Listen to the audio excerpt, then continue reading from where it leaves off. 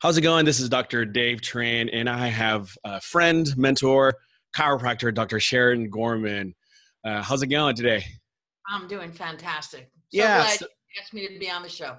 I know 6 years later, but it's great. So, but we're here and now. We're gonna go through Dr. Sharon's full life. Going through chiropractic school because I know there's a lot of chiropractors that watch and what it's like to open up practice and how she helps people today. So, Dr. Sharon, how did you get into chiropractic?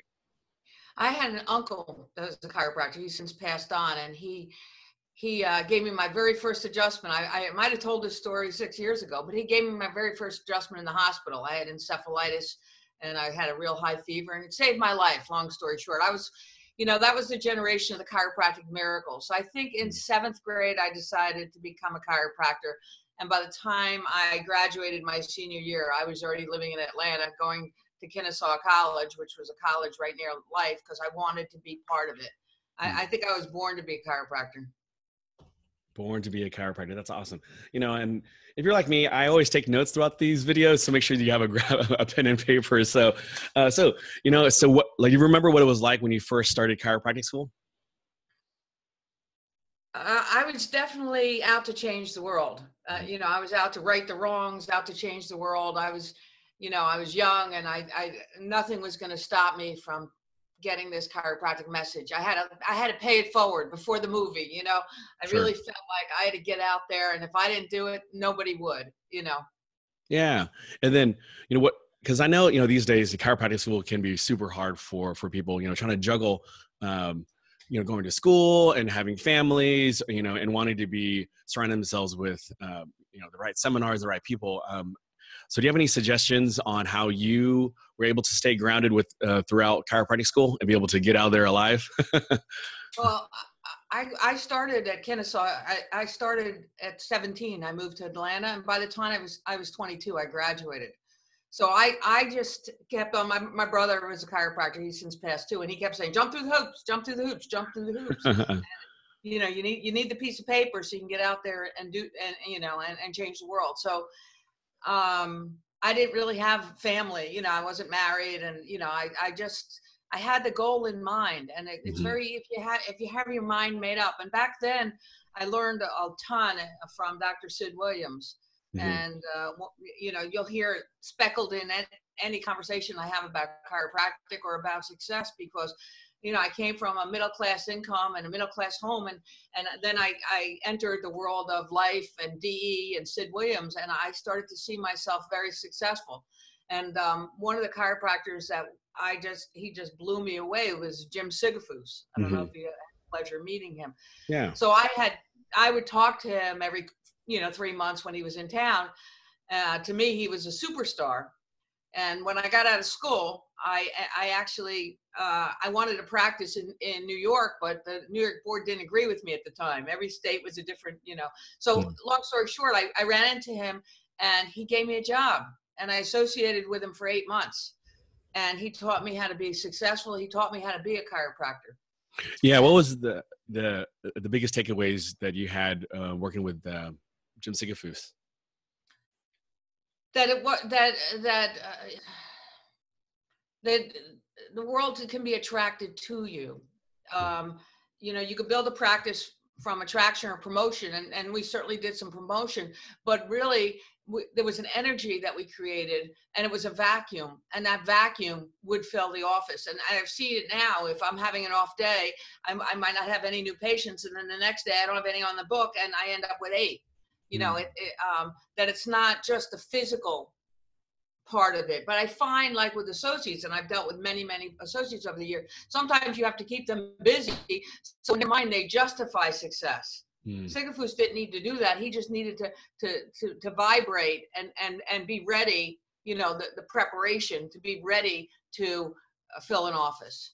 Oh, that's awesome. And then so then you worked with Jim Sigafoose. What happened next? I ended up leaving, and he stayed my mentor till he passed on. He was truly a mentor to me, and he kind of mentored me into opening my first practice. And so the practice I left, was a practice he had just gotten back. He had sold and he gotten back. So he took it from like 30 visits a day to 100 visits a day in that like 8-month period that I was with him. So when I opened my practice, and I tell this to students all the time, I love talking to students because, you know, you learn about starvation periods and everything else. And I never had a full-time job really before I opened an office. I had some family lend me some money, and I listened to him, and I did what he did. But when I worked for him, I was convinced that he was doing everything wrong, you know, and there was a better way to do it. I was totally convinced, you know. But the first day I opened, with his guidance, I had 9 new patients walk through the door, and I did everything exactly the same way he did because I had no time to rethink it. I used his forms. I like whited out the name of his clinic on the top. And I still do.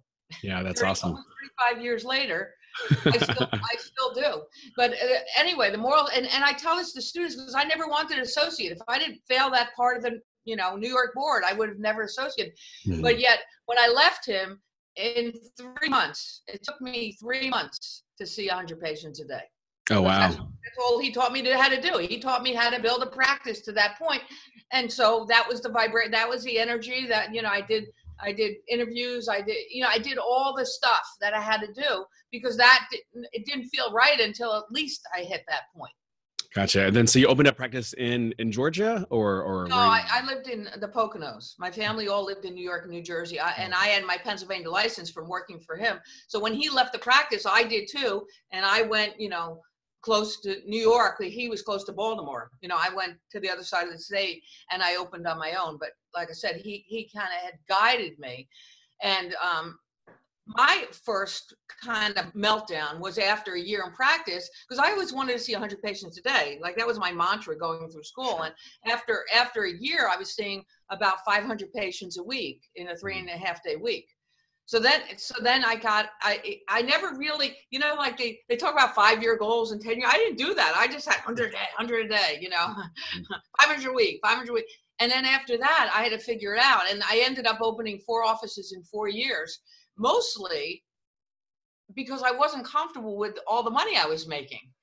Like have so much money in the bank from, you know, I think of it almost like as Michael Jackson syndrome. You know, here I had, you know, I was making a ton of money. And so I started buying buildings and I would put associates, you know, I would buy this. I had the same model, freestanding building with so many parking spaces, so much square footage.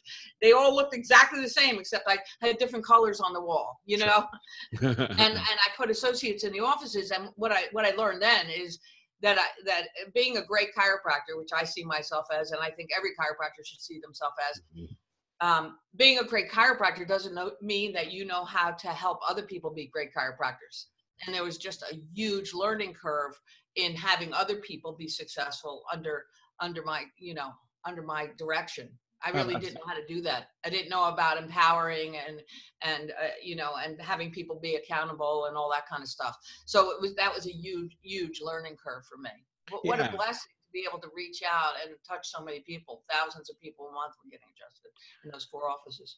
You know, that's huge too, because you know, a lot of times people always think like, oh yeah, you know, I'm gonna get like an associate, it's gonna, you know, help and stuff like that. But you know, I found like a lot of my friends are saying like, man, you know, getting an associate, it actually ends up being more work, you know. But on the flip side of it, you are in turn. I mean, I know that you're not physically adjusting them, but that, you know, through your mentorship, through your help, something like that, you are adjusting thousands and thousands of people. So that's amazing. Yeah.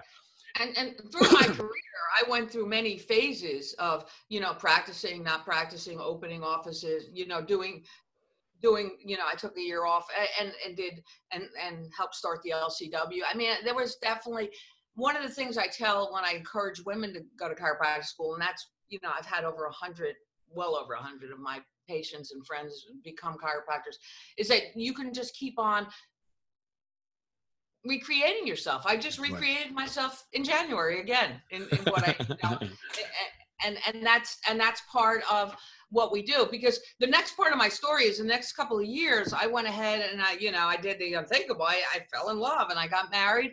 And in the next 4 years, I had 4 kids. Yeah.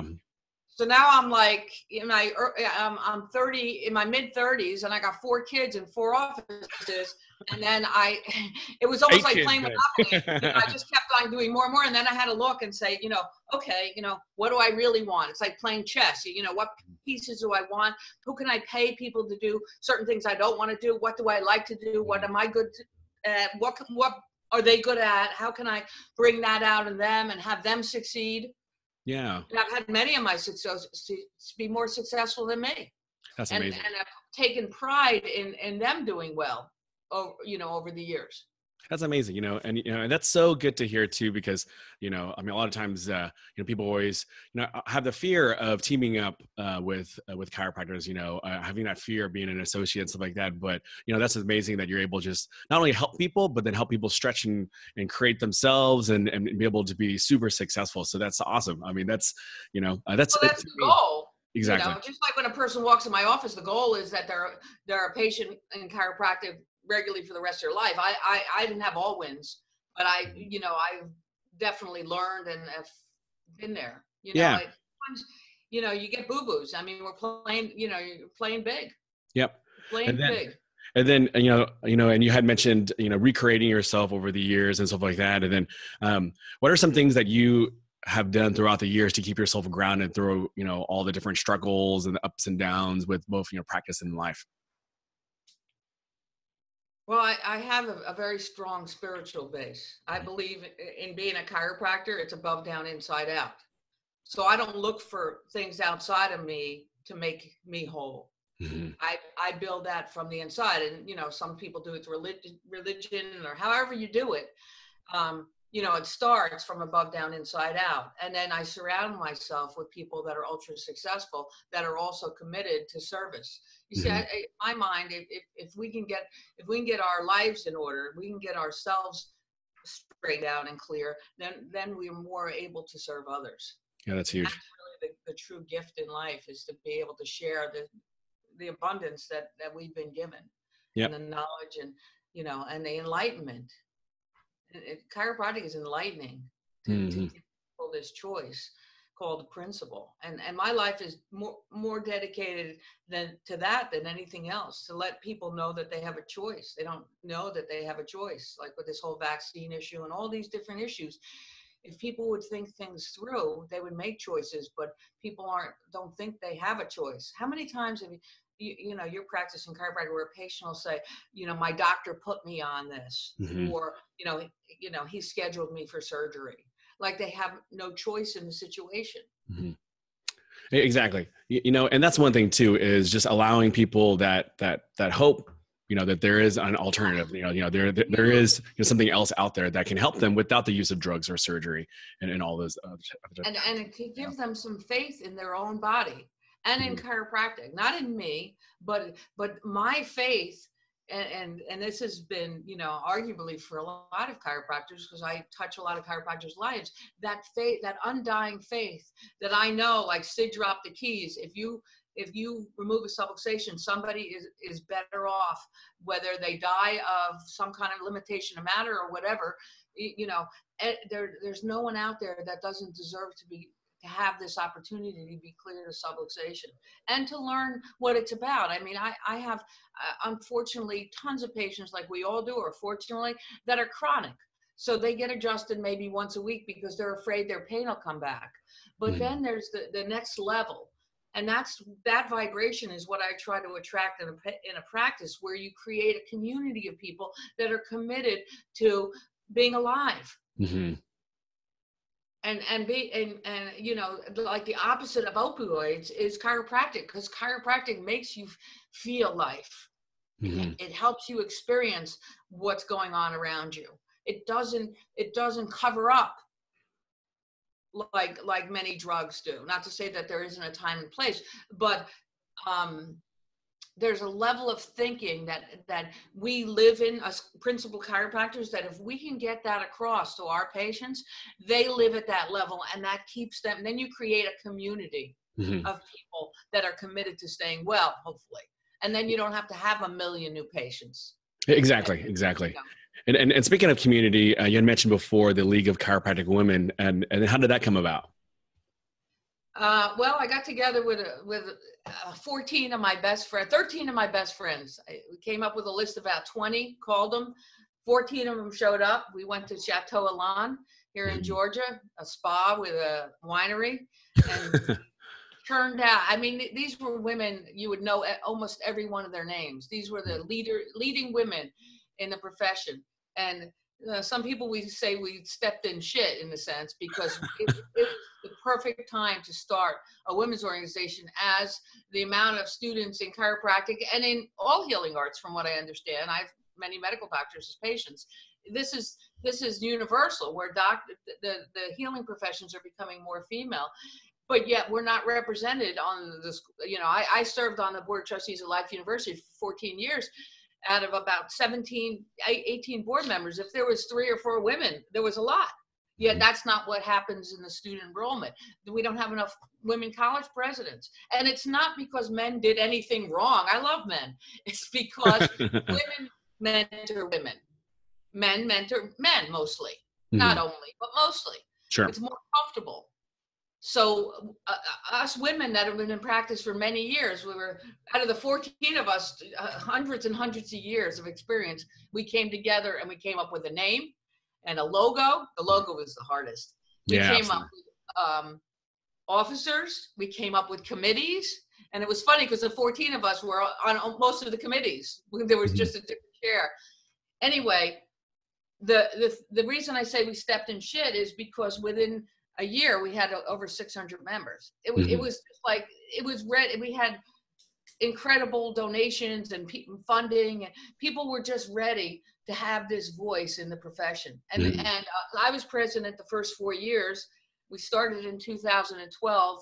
We still continue to have fantastic leadership with Lisa Olszewski out of Michigan, and she just took over as president, and the organization is going through a new revitalization.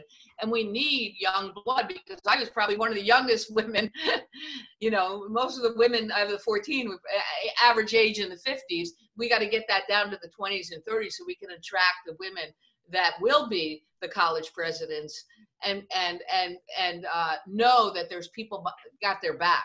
Exactly. And then what are some of the things that you've been most proud of throughout the years with the LCW?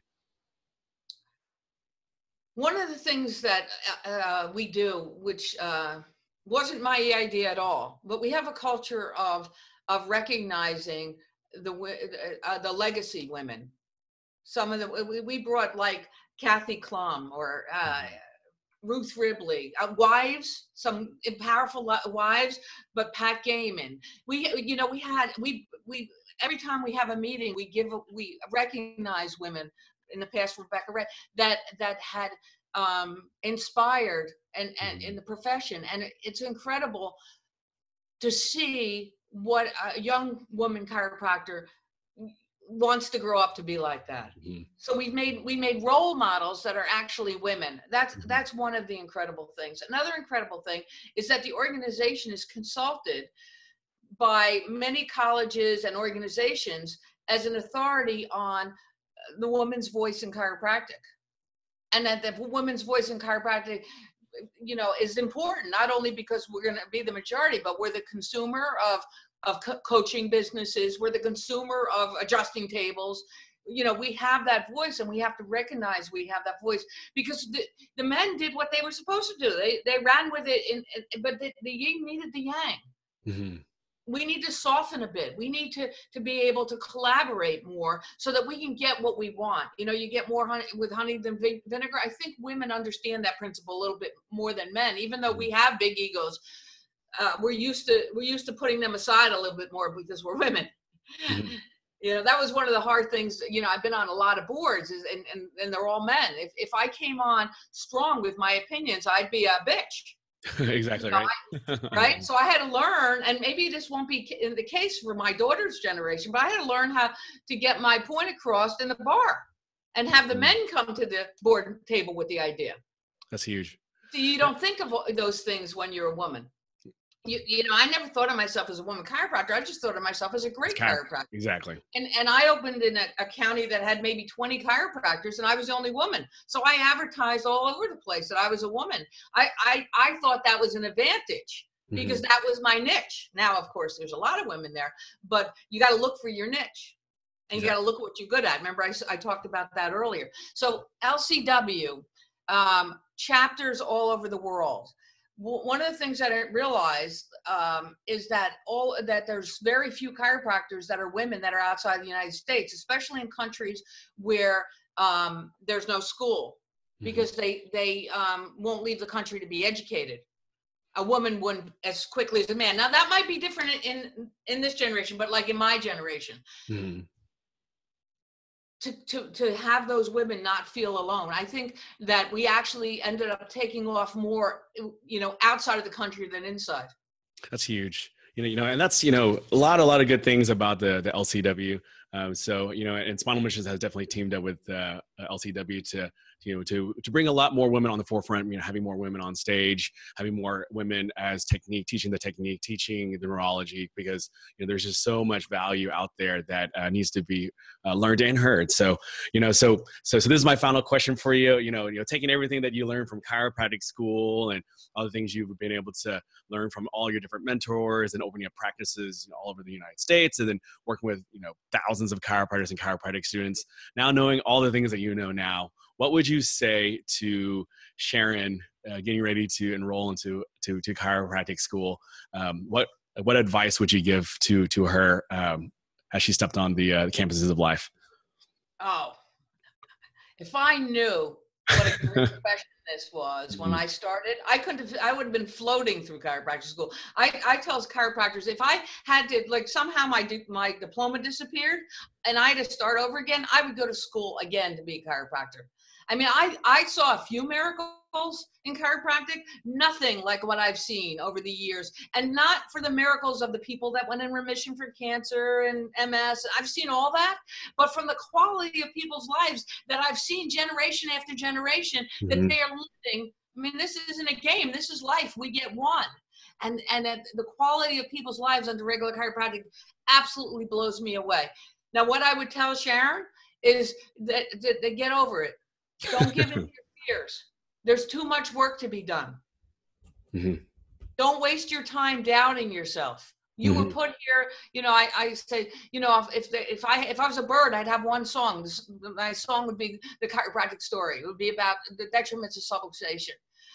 If I had to do it over again, I would have sang that even louder. I wouldn't have stopped when I had the 10,000 square foot house, the Range Rover, and the Jag.